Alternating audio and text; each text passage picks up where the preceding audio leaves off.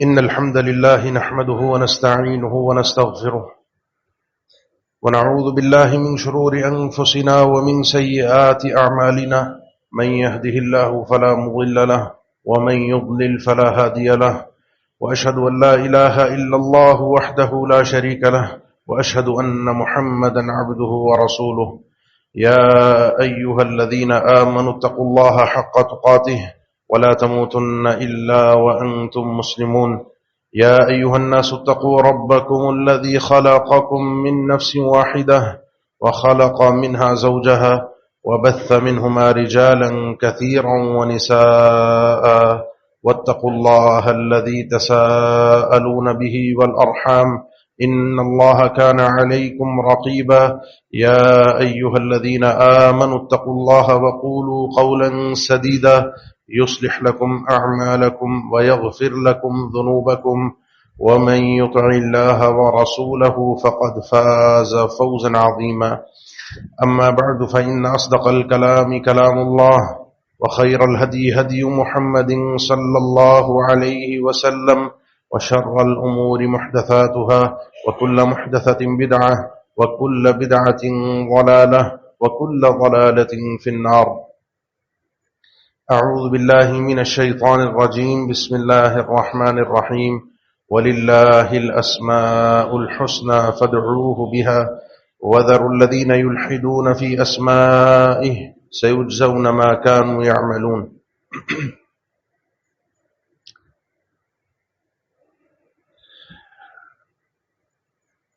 ہم سب کے مسائل، معاملات، پریشانیاں، ان کے حل کے لیے ہم کوششیں کرتے ہیں، اور الحمدللہ جو ہم مسلمان ہیں وہ یہ عقیدہ رکھتے ہیں، اور حقیقت بھی یہی ہے کہ ہمارے مسئلوں کو سلجھانے والا، ہمارے معاملات کو حل کرنے والا وہ ایک ہی ہمارا رب العالمین پروردگار ہے، کہ جب وہ کن کہتا ہے تو فیکون، لمحے میں وہ مسئلے حل ہو جایا کرتے ہیں، وہ کسی سبب کا محتاج نہیں ہے۔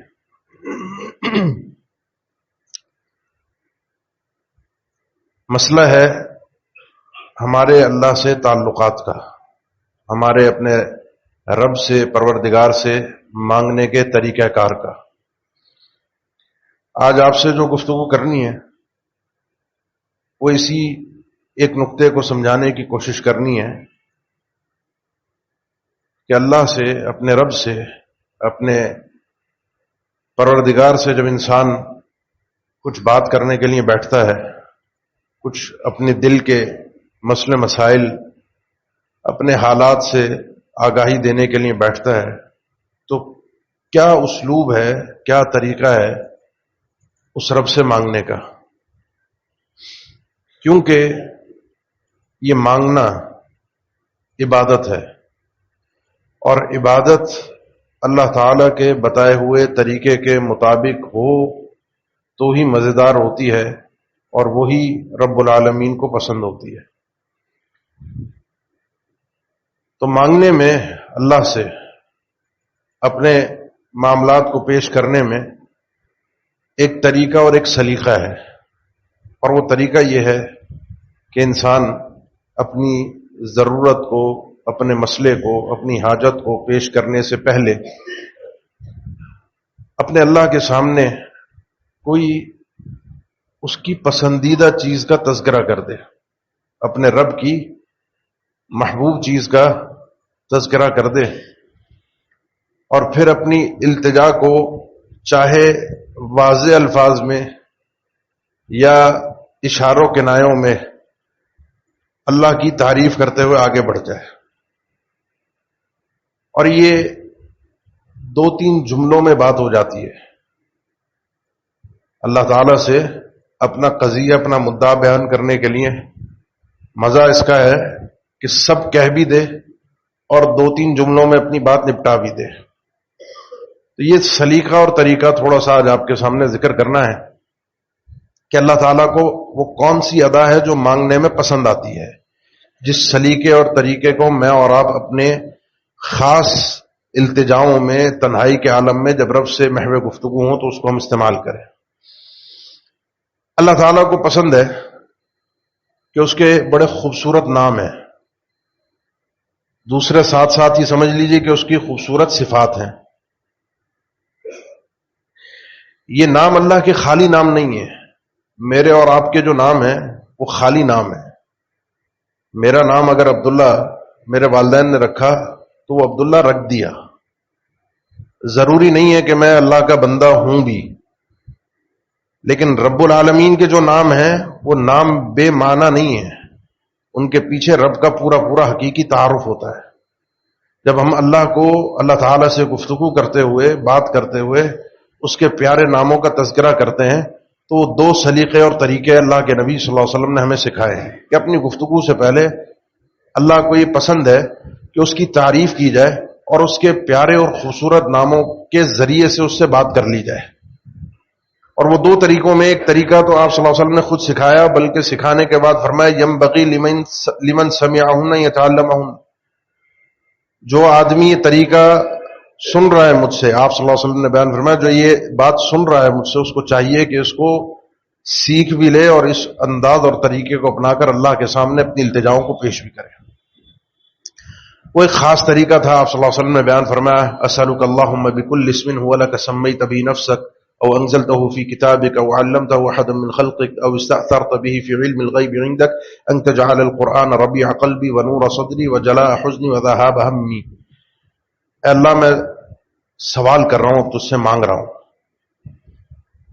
تیرے ہر اس نام کا واسطہ میں تجھے دیتا ہوں جو نام تو نے اپنا رکھا خود ہے، اور وہ نام تو نے اپنی کتاب میں نازل کر دیا یا اپنے کسی بندے کو سکھا دیا یا تو نے کسی کو نہیں بتایا، کسی کو نہیں سکھایا، تیرے پاس وہ علم غیب میں تیرا وہ تعارف، تیرا وہ محبوب نام تیرے پاس ہی محفوظ ہے، اس کا بھی واسطہ، اس کا بھی واسطہ، جو پتہ ہے اس کا بھی واسطہ۔ اللہ میرے دل میں بڑی تنگی ہے، میرا دل بڑا سکڑا ہوا ہے، پریشانی اور غم نے مجھے گھیرا ہوا ہے، میں سوال یہ کرتا ہوں اللہ کہ قرآن مجید کو میرے دل کی بہار بنا دے، یہ قرآن مجید میں پڑھوں اور اس سے میری ٹینشن، پریشانیاں، مسئلے ختم ہو۔ اللہ کے نبی صلی اللہ علیہ وسلم کو اللہ تعالیٰ نے ہر پریشانی کے لمحے میں، آپ کی زندگی اگر آپ پڑھیں، اللہ کے نبی صلی اللہ علیہ وسلم کی زندگی جب انسان پڑھتا ہے ایک عجیب تسلی ملتی ہے، عجیب تسلی۔ اپنے مسئلے مسائل، اپنے معاملات، اپنی ٹینشن بہت معمولی اور حقیر نظر آتی ہے، آپ کی زندگی کا جو شخص مطالعہ کرتا ہے وہ جانتا ہے۔ اور بار بار اللہ تعالیٰ نے آپ کو یہی حکم دیا، یہی آرڈر دیا ہے کہ پریشانی میں، غم میں، تکلیفوں میں، خاص طور سے آپ کے دشمنوں کی طرف سے جو آپ کو اذیتیں دی جا رہی ہیں، آپ کا دل بعض اوقات سکڑ جاتا تھا، آپ کو وَلَقَدْ نَعْلَمُ أَنَّكَ يَضِيقُ صَدْرُكَ بِمَا يَقُولُونَ، ان کے تانے، ان کی باتیں آپ کے سینے کو تنگ کر رہے ہیں، آپ کو اندر سے تکلیف ہو رہی ہے، لیکن آپ اللہ کے ذکر اور قرآن مجید اتل ما اوحی الیک من الکتاب، جو کتاب آپ کی طرف نازل کی گئی اس کو پڑھتے رہیے، اس کی تلاوت سے اللہ آپ کے سینے کو کھول دے گا۔ اللہ کے ذکر فسبح بحمد ربک وکن من الساجدین، ان تسبیحات سے اللہ تعالیٰ آپ کے سینے کو کھول دے گا۔ انت جعل القرآن ربیع قلبی، اللہ میرے سینے کی بہار بنا دے، میرے دل کے سارے ہم اور غم، پریشانیاں اس قرآن کے ذریعے سے حل فرما دے، میں اس کو اپنا لوں، کیونکہ اس قرآن مجید کی برکت مانوی ہے، ذاتی نہیں ہے۔ اس قرآن مجید کو چومنے سے، چاٹنے سے، اس کو چھونے سے، اس کو گھر میں الماری میں بڑے اچھے سے غلاف میں رکھنے سے برکت حاصل نہیں ہوتی، تعویذ بنا کر گلے میں پہننے سے برکت حاصل نہیں ہوتی۔ قرآن مجید کی برکت کا معنی ہے مانوی، اس کے پڑھنے سے، اس کے سیکھنے سے، اس کی تلاوت سے، اس پر عمل سے، اس کو اپنے اوپر حاکم بنانے سے انسان کو جو برکت محسوس ہوتی ہے وہ اللہ تعالیٰ عطا فرماتا ہے۔ اللہ میرے دل کا بہار بنا دے، ونور صدری وجلاء حزنی وذهاب ہمی، اللہ میرے ساری ٹینشن، پریشانیاں، غم سب اس سے دور ہو جائیں، میرا سینہ صاف ہو جائے، میرے مسئلے حل ہو جائیں، سب معاملات ختم ہو جائیں۔ الا ابدلہ اللہ، الا اذهب اللہ ہمہ وغمہ وابدلہ مکانہ فرجا، اللہ تعالیٰ اس کی ساری ٹینشن، مسئلے مسائل حل وہاں سے ہوتے ہیں، کوشش میں اور آپ کرتے ہیں، حل وہاں سے آتا ہے، اس کوشش کے بعد اس کوششوں میں ایک کوشش اللہ سے مانگنا، اس کے سارے ناموں کا واسطہ دے کر اللہ مسئلے مسائل حل کر دیتے۔ جب آپ نے اللہ سے راز و نیاز کی بات کی اور اس کو اس کے سارے ہی پیارے ناموں کا واسطہ دے کر آپ نے کہہ دیا اللہ تیرے ناموں کا واسطہ ہے، اللہ تیری صفات کا واسطہ ہے، اللہم بعلمک الغیب وقدرتک علی الخلق احینی ما کانت الحیات خیر لی ما علمت الحیات خیر لی وتوفنی اذا علمت ان الوفات خیر لی۔ اللہ میں تیرے علم غیب کا بھی تجھے واسطہ دیتا ہوں، تیری مخلوق پہ جو تیری قدرت ہے، جو تیرا کنٹرول ہے، اس کا بھی تجھے واسطہ دیتا ہوں۔ یہ اللہ کے نبی صلی اللہ علیہ وسلم کی دعا تھی، اللہ جب تک زندگی بہتر ہو، آپ نے سکھائی تھی صحابہ کو، جب تک زندگی بہتر ہو زندہ رکھ، جب تجھے تیرے تقدیر کے مطابق میرا دنیا سے اٹھ جانا بہتر ہے اللہ مجھے اٹھا لینا۔ اللہ کے فیصلے ہوتے ہیں کب تک بندے نے رہنا ہے، کس کی زندگی کتنی خیر اور کب اسے دنیا سے اٹھا لیا جائے کتنی اس کے لیے خیر، ان فیصلوں میں اور آپ دخل اندازی نہیں کر سکتے۔ اس لیے اللہ کے سپرد انسان اللہ کی صفات کا واسطہ دے کر ہم دعا استخارہ کرتے ہیں نا، ایک معاملہ سوچا آگے پتہ نہیں کیا ہوگا، اچھا ہے برا ہے میں نہیں جانتا، اللہ سے آدمی خیر کی دعا مانگتا ہے، خیر مانگتا ہے اللہ جو ہے جس راہ پر میں چل رہا ہوں اگر یہ صحیح ہے تو چلا دے، صحیح نہیں ہے تو ہٹا دے۔ اللہم انی استخیرک بعلمک واستقدرک بقدرتک واسألک من فضلک العظیم، قدرت کا بھی، علم کا بھی اور اللہ کے فضل عظیم کا بھی، اللہ کے یہ صفات ہیں جن کا واسطہ دے کر اللہ سے بندہ آگے بہت کچھ مانگ لیتا ہے۔ اب ایک سوال ہے آپ سے، جب ہم اللہ تعالیٰ سے جب گفتگو کرتے ہیں تو سب سے مزیدار نام، سب سے اہم اللہ کی صفت وہ کون سی ہو سکتی ہے کہ جس کا وسیلہ ہم، ذریعہ ہم اللہ سے مانگنے سے پہلے وہ پیش کر دیں وہ بات کہہ کر؟ کبھی سوچیں۔ اور اس کا سیدھا سا جواب ہے کہ جب اللہ تعالیٰ نے باتیں کہی ہیں کہ اللہ وَلِلَّهِ الْأَسْمَاءُ الْحُسْنَى فَادْعُوهُ بِهَا، اللہ کے بڑے خوبصورت نام ہے، اللہ کو ان ناموں کے ذریعے سے پکارو، تو اللہ کے نبی صلی اللہ علیہ وسلم اس آیت کو سب سے زیادہ پریکٹیکلی عمل کر کے دکھانے والے ہوں گے نا، اور اللہ نے یہ راز تو سب سے زیادہ اپنی چاہنے والوں کو، اپنے نبیوں کو سب سے پہلے دیا ہوگا نا۔ اب قرآن مجید آپ کے سامنے ہے، اللہ کے نبی صلی اللہ علیہ وسلم کی حیات مبارکہ آپ کے سامنے ہے، آپ دعائیں اٹھائیں، آپ کو دو الفاظ ملیں گے اللہ کے ناموں میں، اکثر دعاؤں میں صرف دو لفظ ملیں گے جن ناموں کا ہم اللہ کو واسطہ دے رہے ہوتے ہیں، اور بڑے ہی خوبصورت نام ہے۔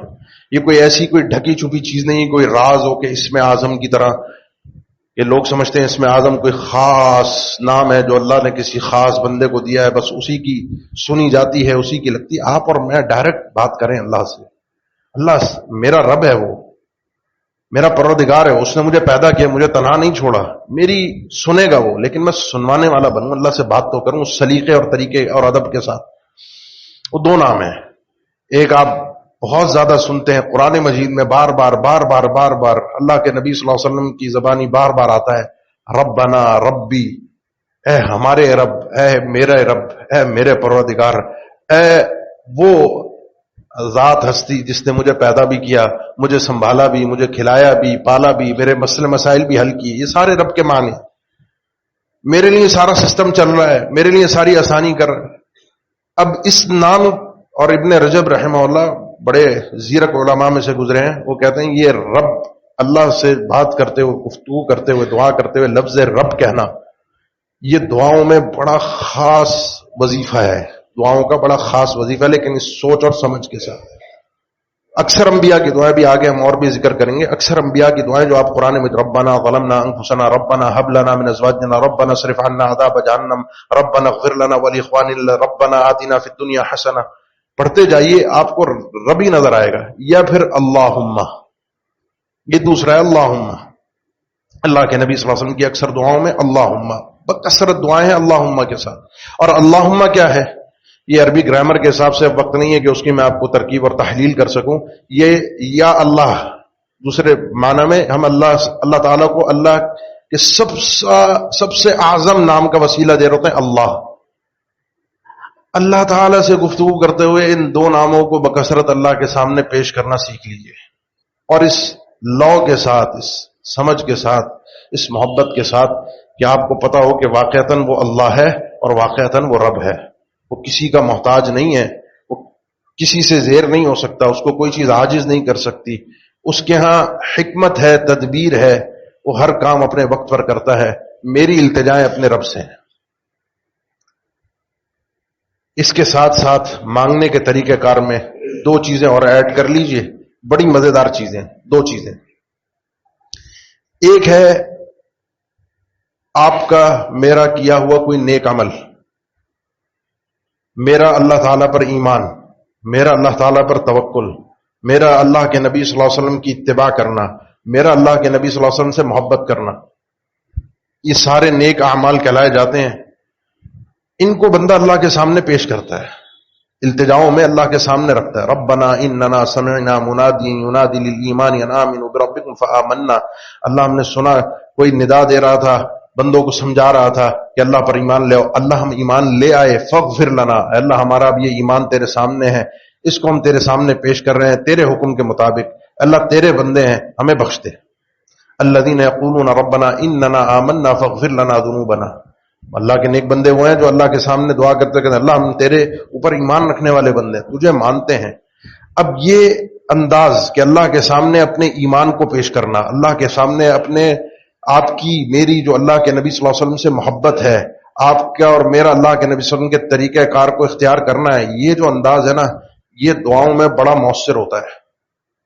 لیکن اس سے پہلے ایک سوال ہے، کیا میرا ایسا ایمان ہے، ایسی محبت ہے، ایسی اتباع ہے جو میں پیش بھی کر سکوں اللہ کے سامنے؟ اتباع کا مطلب یہ ہے کہ جو جیسا آرڈر نبی صلی اللہ علیہ وسلم کا نقل ہوا ہے میں من مان اسے تسلیم کرتا ہوں، اس پہ کوئی اعتراض تو نہیں کرتا. میں اللہ کے نبی صلی اللہ علیہ وسلم کی محبت، اللہ تعالیٰ کی محبت ساری محبتوں سے بڑھ کر رکھتا ہوں.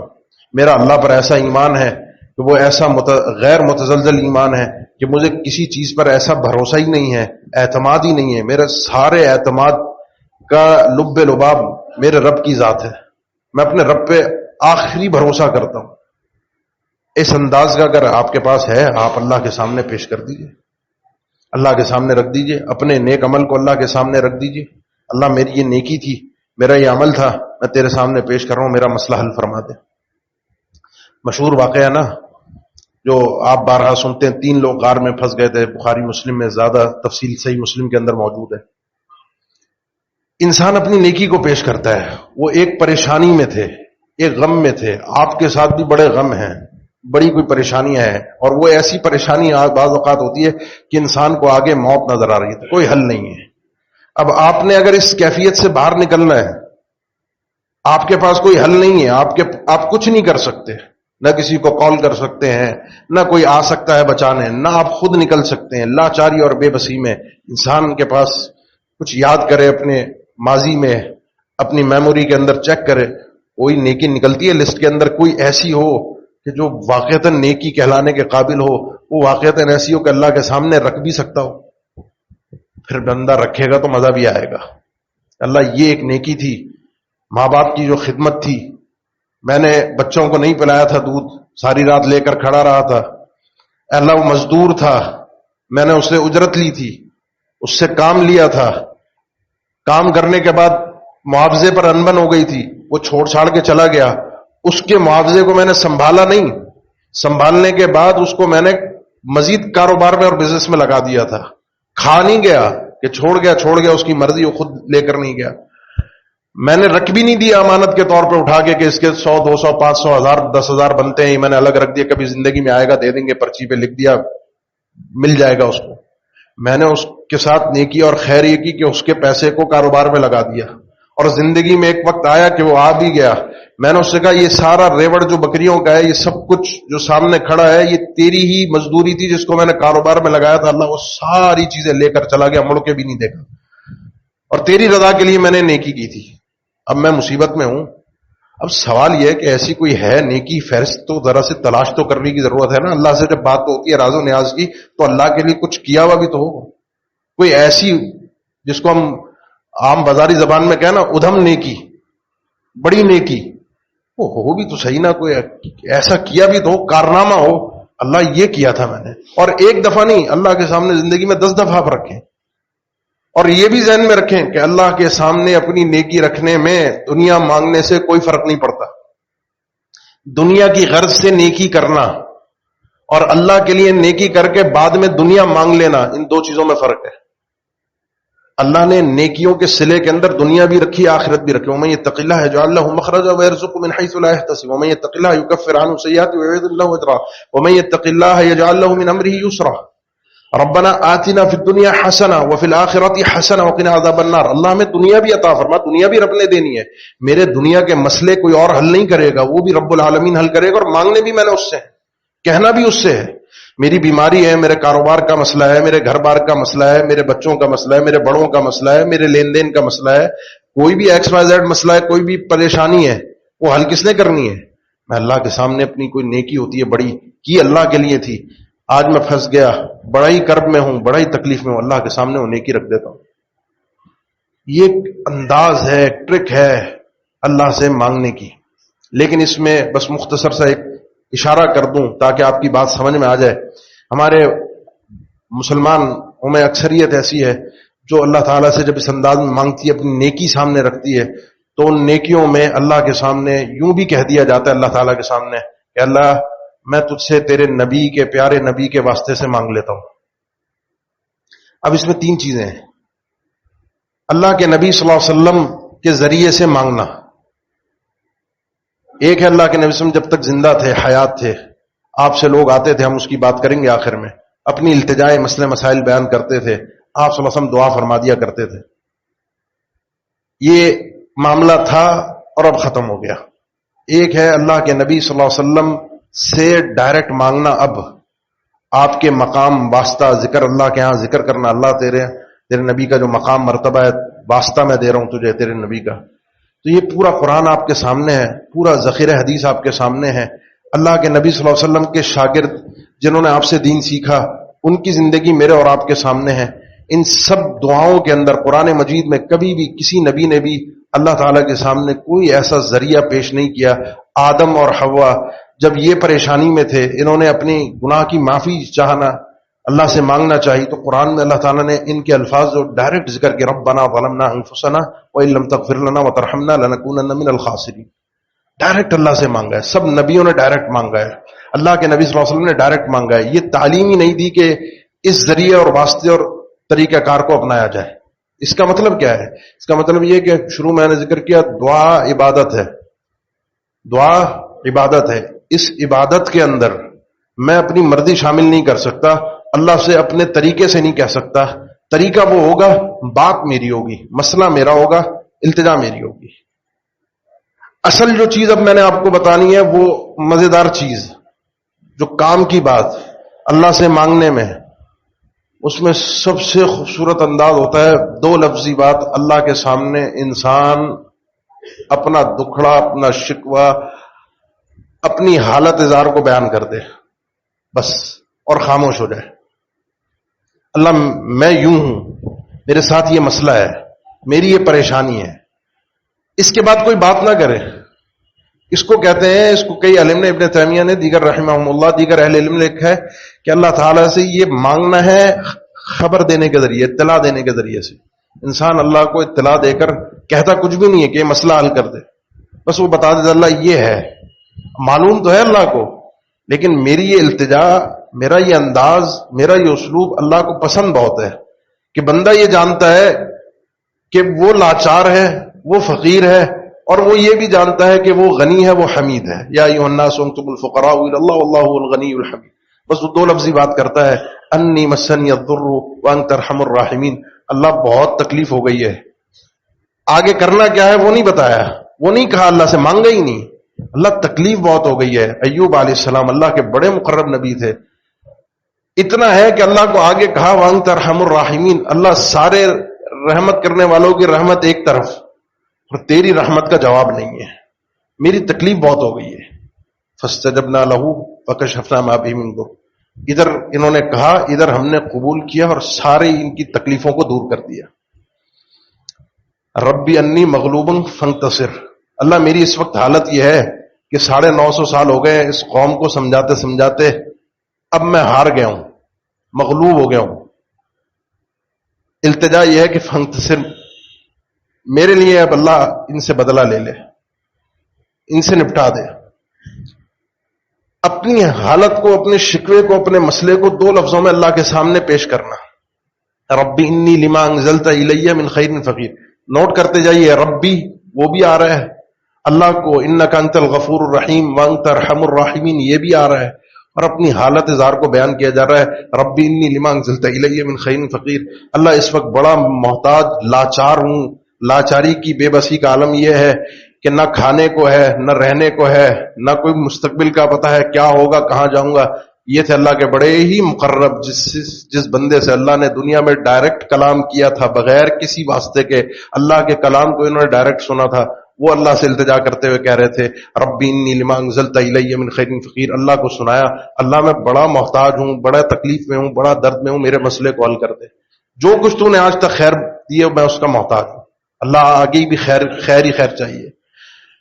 یہ 2 لفظی بات ہے، کوئی لمبی چوڑی نہیں. 2 لفظی بات ہوئی، ادھر گھر بھی ملا، رشتہ دار بھی ملے، کام کاج بھی ملا، سب کچھ سارے مسئلے. رب انی لما انزلت الی من خیر فقیر. رب انی وہن العظم منی واشتعل الراس شیبا ولم اکن بدعائک رب شقیا وانی خفت الموالی من ورائی وکانت امراتی عاقرا فہب لی من لدنک ولیا. اللہ کنڈیشن یہ ہے کہ بڑھاپے کی وجہ سے میرے بال سفید ہو چکے ہیں، میری ہڈیاں کمزور ہیں، بہت بڑھاپے کے اینڈ میں پہنچ چکا ہوں. اور 2 مسئلے اور بھی ہیں آگے، نسل کا بھی مسئلہ ہے، چیزوں کا بھی مسئلہ ہے، معاملات کا بھی مسئلہ ہے. دوسرا مسئلہ یہ بھی ہے کہ میری جو بیوی ہے وہ بھی بوڑھی ہے. اب مسئلہ یہ ہے، اصل معاملہ یہ ہے کہ تو کسی سبب کا محتاج نہیں ہے، رب العالمین کسی سبب کا محتاج نہیں ہے. اللہ میری یہ التجا یہ ہے کہ میری یہ کمزوریاں ہیں، میرے یہ مسائل ہیں، میرا یہ معاملہ ہے، حل فرما دے. وَلَمْ أَكُنْ بِدُعَائِكَ رَبِّ شَقِيًّا. اللہ تجھ سے مانگنے سے کبھی نا امید نہیں ہوا، تو نے کبھی اپنے در سے خالی ہاتھ نہیں لوٹایا ہے. اللہ یہ میرا مسئلہ ہے. اپنے مسئلوں کو اللہ کے سامنے بیان کرنا، اس کو شکوہ اور شکایت کہتے ہیں. جیسے میں آپ کے سامنے، آپ میرے سامنے، لوگوں کے سامنے کرتے ہیں میرا یہ معاملہ ہے، میری یہ ضرورت ہے، میری یہ پریشانی ہے. یہ مخلوق کے سامنے پیش کرنا، لوگوں کے سامنے پیش کرنا صبر کے خلاف ہو جاتا ہے بعض اوقات، اور بعض اوقات نہیں ہوتا. اس کی تفصیل وقت نہیں ہے. لیکن اللہ کے سامنے اپنے مسئلے کو، اپنی ضرورت کو شکایت کی شکل میں پیش کرنا اللہ کو بڑا محبوب ہے، اللہ تعالیٰ کو بہت پسند ہے. 2 لفظوں میں اللہ سے سلیقے اور طریقے کے ساتھ مانگیے، اللہ تعالیٰ آپ کے اور میرے مسئلوں کو حل اس انداز اور اسلوب سے مانگنے میں حل فرما دے گا. آخری ایک چیز ہے، اور وہ ہے کسی زندہ نیک قادر آدمی سے دعا کا کہہ دینا. اللہ کے نبی صلی اللہ علیہ وسلم کے پاس لوگ آتے تھے، جب تک آپ حیات تھے دعا کرواتے تھے. بعد میں سیدنا عمر کے دور میں، صحیح بخاری کی حدیث ہے، قحط پڑ گیا، بارش کی ضرورت پیش آئی، تو انہوں نے کہا کہ اللہ سے دعا کرتے ہوئے کہ جب تک تیرے نبی تھے ہم تیرے نبی سے دعا کروا لیا کرتے تھے، مسئلے حل ہو جاتے تھے. آج وہ نہیں ہے، آج ہم عباس کو لے کر آئے ہیں رضی اللہ تعالیٰ عنہ، تیرے نبی کے چچا ہیں. اللہ کو اس کے اللہ تعالیٰ کے ناموں کا واسطہ دیا، مانگی دعا. یہ نیک آدمی سے ہمارے یہاں ایک فیشن بن گیا، دعاؤں میں یاد رکھیے گا، دعاؤں میں یاد رکھیے، فیشن نہ ہو. کوئی حج پہ جا رہا ہے، صفوان ابن مسلم کہتے ہیں میں شام گیا ابو دردہ رضی اللہ تعالیٰ عنہ سے ملنے، وہ گھر پر نہیں تھے، ام دردہ تھیں، یہ ان کی ساس تھی. خیر بیٹھے گھر پر بات چیت ہونے لگی، تو انہوں نے کہا کہ اس سال حج پہ جانا ہے؟ کہنے لگے ہاں. کہا حج پہ جاؤ تو دعاؤں میں یاد رکھنا، کیونکہ ایک مسلمان کے پیٹھ پیچھے کی گئی دعا بارگاہ الہی میں زیادہ قبول ہوتی ہے. فرشتہ مقرر ہوتا ہے جو اس کی دعاؤں پہ آمین بھی کہتا ہے، اور کہتا ہے دعا کرنے والے کے لیے بھی اللہ یہ چیز عطا فرمائے. اب جب آپ نے کسی اور سے دعا کروانی ہے یا کسی اور کے لیے دعا کرنی ہے، اس میں سب سے قیمتی چیز جس بندے سے دعا کروانی ہو، کیونکہ اللہ کے سامنے مسئلہ رکھ کے اپنا حل کروانا ہے نا، تو کسی کے ذریعے سے کروا لے. کوئی زندہ آدمی ہے، کوئی نیک آدمی ہے، ان نیکوں میں، ان زندہ لوگوں میں سب سے زیادہ اللہ کو جو مقرب ہوتا ہے وہ بندے کے ماں باپ ہوتے ہیں.